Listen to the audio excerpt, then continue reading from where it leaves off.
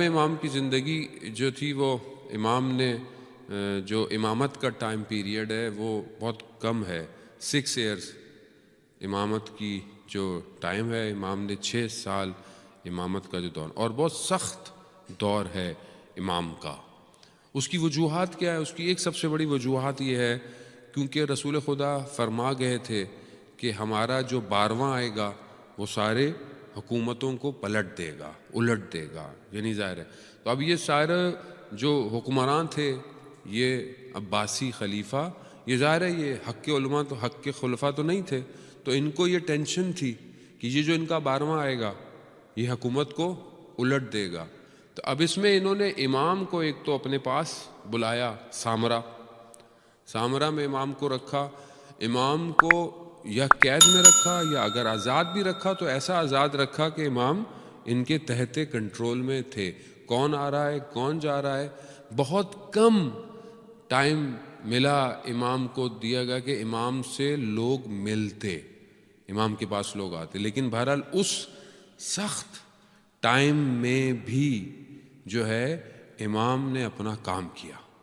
یہی ہمارے لیے سب سے بڑا لیسن ہے کہ جتنی سختی ہو تمہارے اوپر، تم اپنی ڈیوٹی سے مت ہٹو، چاہے سب لوگ تمہارے، ہو سکتا ہے آپ کو اچھا کام کرنا چاہ رہے ہو، کمیونٹی میں بہت مشکل ہو، آپ سے نہیں ہو رہا ہو، یا بہت سارے لوگ بولیں بھائی یہ ہو ہی نہیں سکتا، اٹس ناٹ پاسبل، اب آپ جو ہے وہ کچھ نہیں ہو سکتا، یہ برا حال ہے، لوگ مانیں گے نہیں، اگر آپ حق پر ہیں، آپ جانتے ہیں کہ یہ کام اصلاح کے لیے صحیح ہے، تو آپ ڈٹے رہیں، خدا آپ کی نصرت کرے گا، خدا آپ کی مدد کرے گا۔ کیوں؟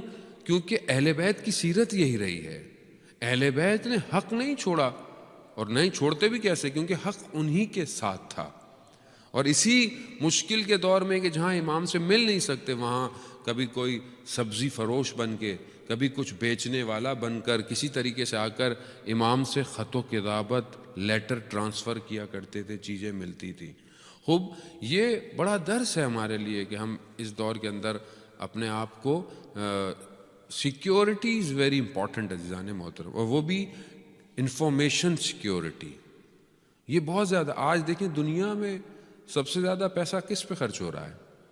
سائبر سیکیورٹی پر۔ کیوں؟ کیونکہ every information is on cloud, ساری انفارمیشن کلاؤڈ پہ ہے، میری انفارمیشن، آپ کی، میرے بینک کارڈز، میرا ہر چیز آپ کو پتہ ہے سب کلاؤڈ پر ہے۔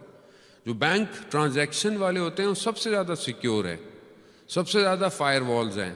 کیوں؟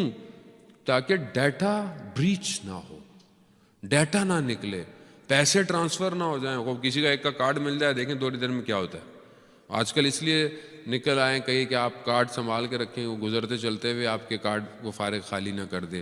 یہ ساری چیزیں کیوں ہیں؟ کیونکہ سیکیورٹی امپورٹنٹ ہے، اور سب سے بڑا بزنس سسٹم دنیا میں ڈیٹا کا بزنس ہے۔ ڈیٹا شیئرنگ جو کرتا ہے وہی کما رہا ہے آج کل۔ یہ جو آج ہم سے اتنا ڈیٹا کلیکٹ کیا جاتا ہے، اصل میں اسی کو دنیا میں بیچا جاتا ہے، اسی سے مارکیٹنگ ہوتی ہے، اسی سے اسٹریٹجیز ہوتی ہیں۔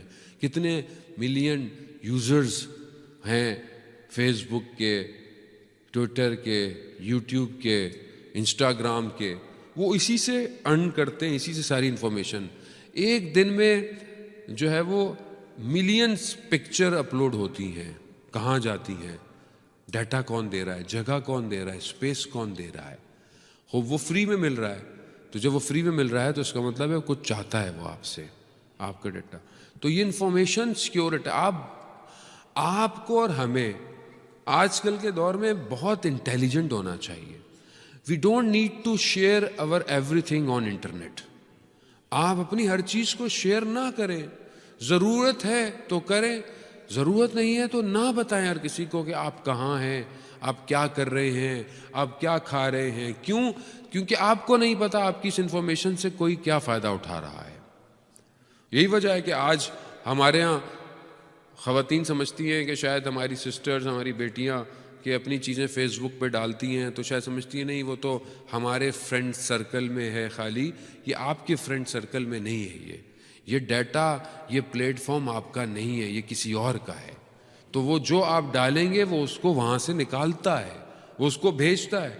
دیر از نو پرائیویسی، دیر از نو وال۔ پہلے گھر کی دیواریں تھیں، گھر کی 4 دیواری تھی، آج گھروں کی چار دیواریاں گر کر سب فیس بک کی وال پہ آ گیا ہے، سب اسی کے اوپر ہے. خوب انفارمیشن کا دور ہے. You have to be very smart. اگر if you are doing any thing on internet, آپ دو چیزوں سے خالی نہیں ہے. There are only to option who is using internet.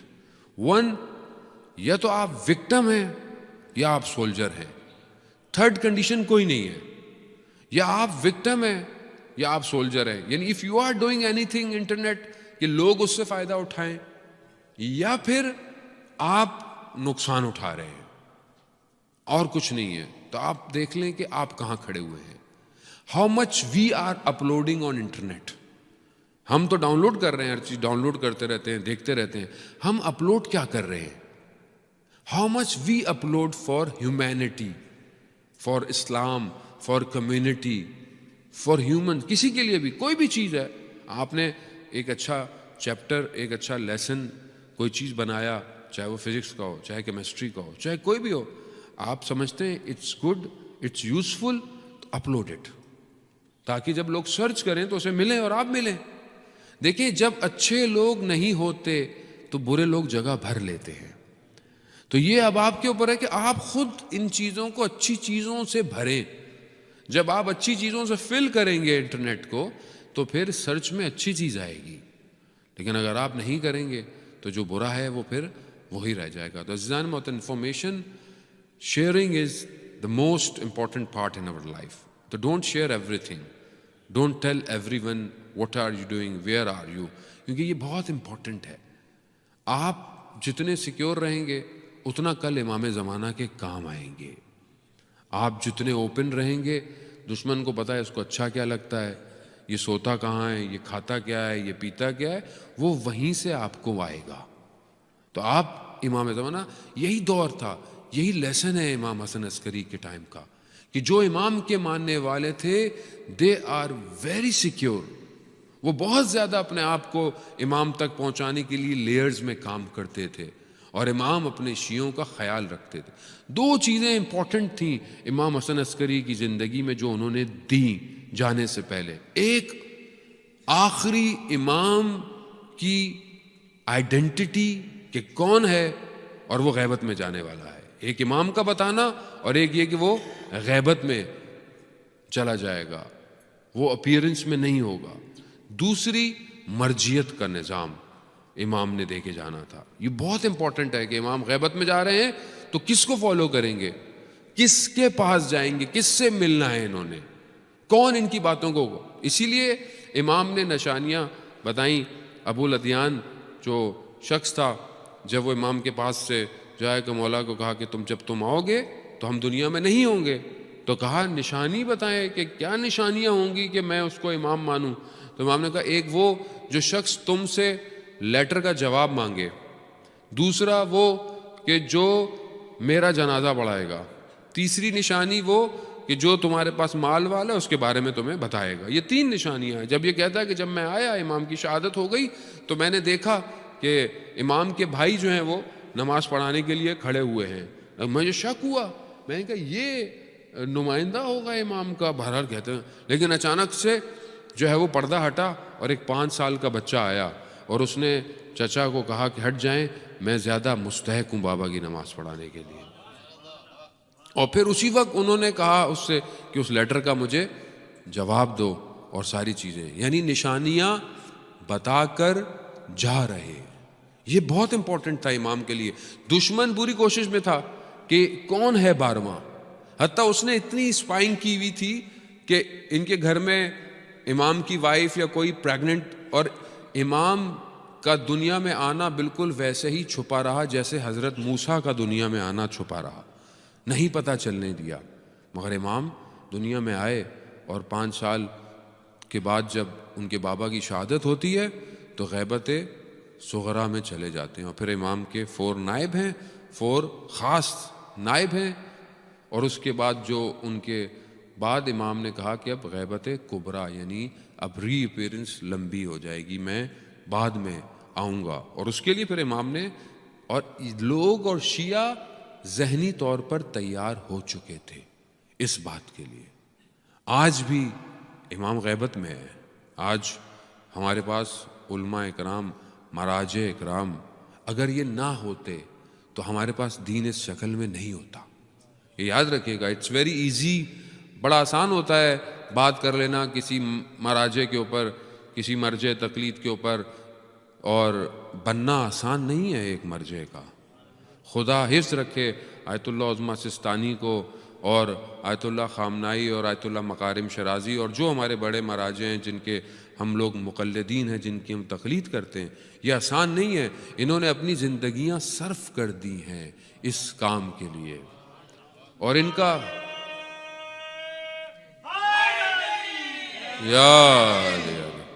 اور ان کا ایک جملہ جو ہے وہ قوموں کو بیدار کر دیتا ہے. قوموں کو دشمن یہی چاہتا ہے.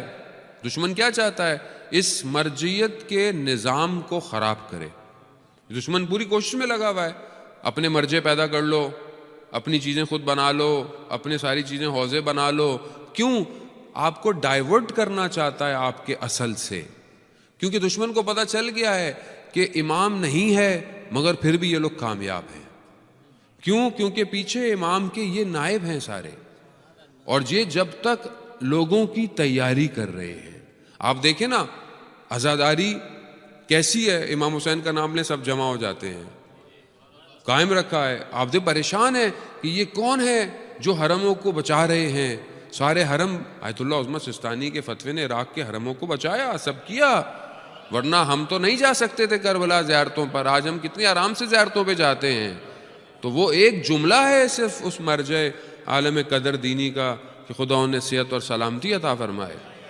تو عزیزان محترم یہ پاور کو سمجھیں. اسے امام دے کر گئے ہیں یہ، اور ہمیں اس کو سٹرینتھن کرنا ہے اپنی کوالٹیز سے، اپنے کام سے.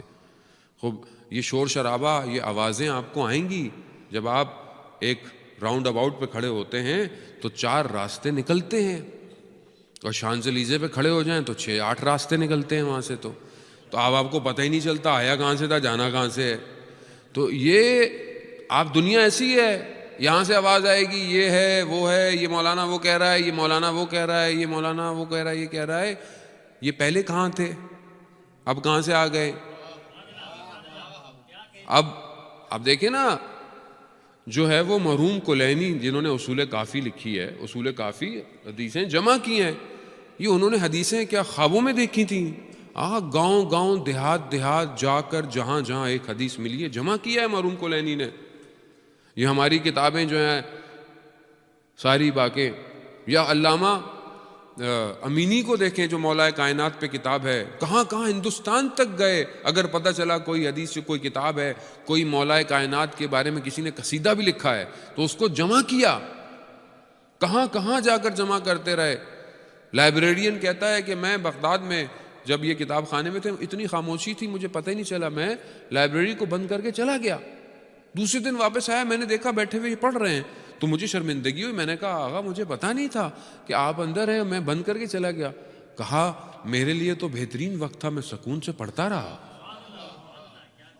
وہیں پر اس زمانے میں ظاہر ہے دوسرا دور ہے، تو ایک فوج میں ایک شخص تھا، اس کا بیٹا مریض ہو گیا. ڈاکٹروں نے جواب دے دیا ڈاکٹروں نے کہا لے جاؤ، یہاں مر جائے یا گھر لے جاؤ. تو اس نے علامہ امینی کو لیٹر لکھا کہ آپ جس مولا کے لیے دنیا میں گھوم کر ان کے لیے چیزیں جمع کرتے ہیں اسی مولا سے کہہ کر میرے بچہ مجھے واپس دلا دے. اب جب یہ نامہ ملا علامہ امینی، یہ طاقت ہے علماء کی. انہوں نے اس لیٹر کو ٹرن کیا اور پیچھے بسم اللہ الرحمن الرحیم اور لکھا جاؤ تمہیں مولا نے بچہ دیا. یہ کہہ کر ادھر لیٹر کو ادھر بھیجا، خود ابا اڑی اور مولا کے حرم چلے گئے. مولا کے حرم گئے، زیارت جامع کبیرہ پڑھی اور مولا سے کہا مولا ایک حوالہ بھیجا ہے، عزت رکھ لیجئے گا. اللہ اکبر یا رسول اللہ.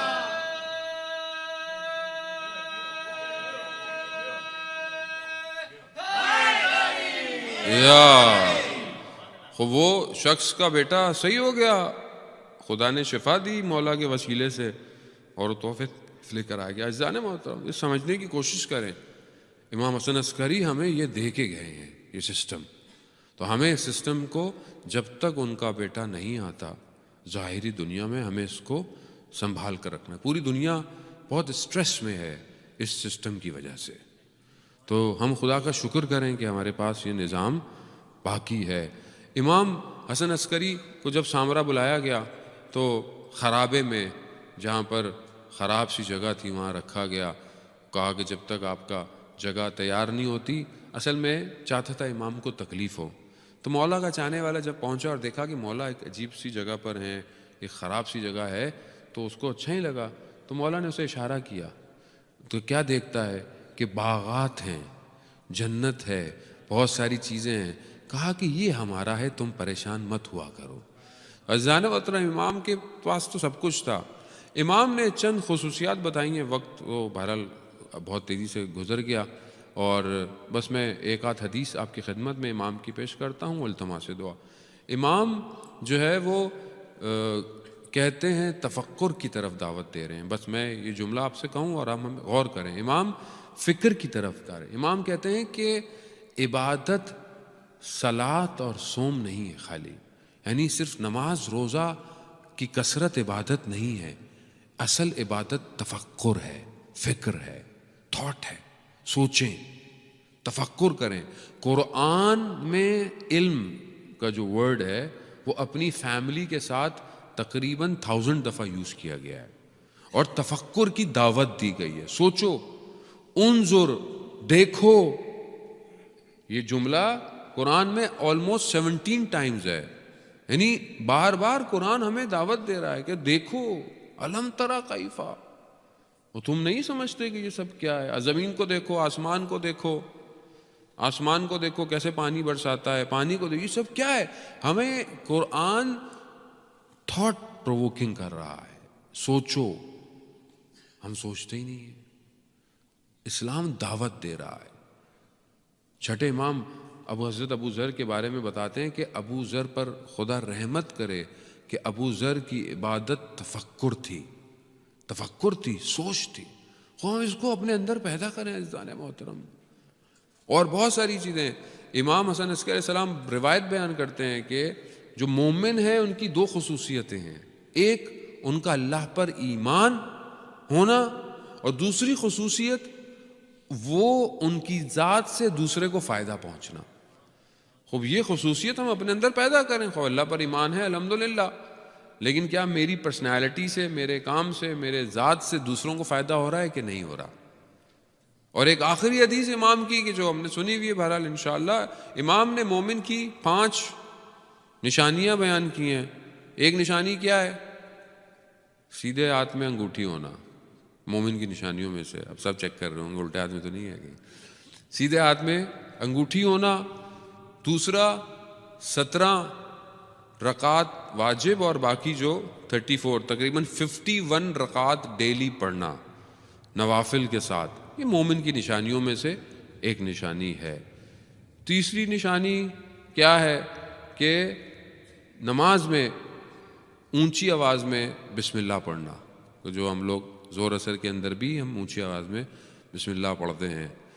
اور درود بھیجنا محمد و آل محمد پر, اللہم صلی علی محمد. اور ایک نشانی کہ انشاءاللہ ہم دعا کرتے ہیں کہ خدا ہمیں اس سال توفیق دے, 40 میں امام حسین کی زیارت. لبیک یا حسین, لبیک یا حسین, لبیک یا لبیک یا حسین, حسین, لبیک یا حسین, لبیک یا. عزیزان محترم, خوب یہ کربلا 40 کی زیارت یہ مومن کی نشانیوں میں سے ایک نشانی ہے. خدا کی دعا ہے کہ اللہ تعالیٰ ہم سب کو 40 کی کربلا میں زیارت نصیب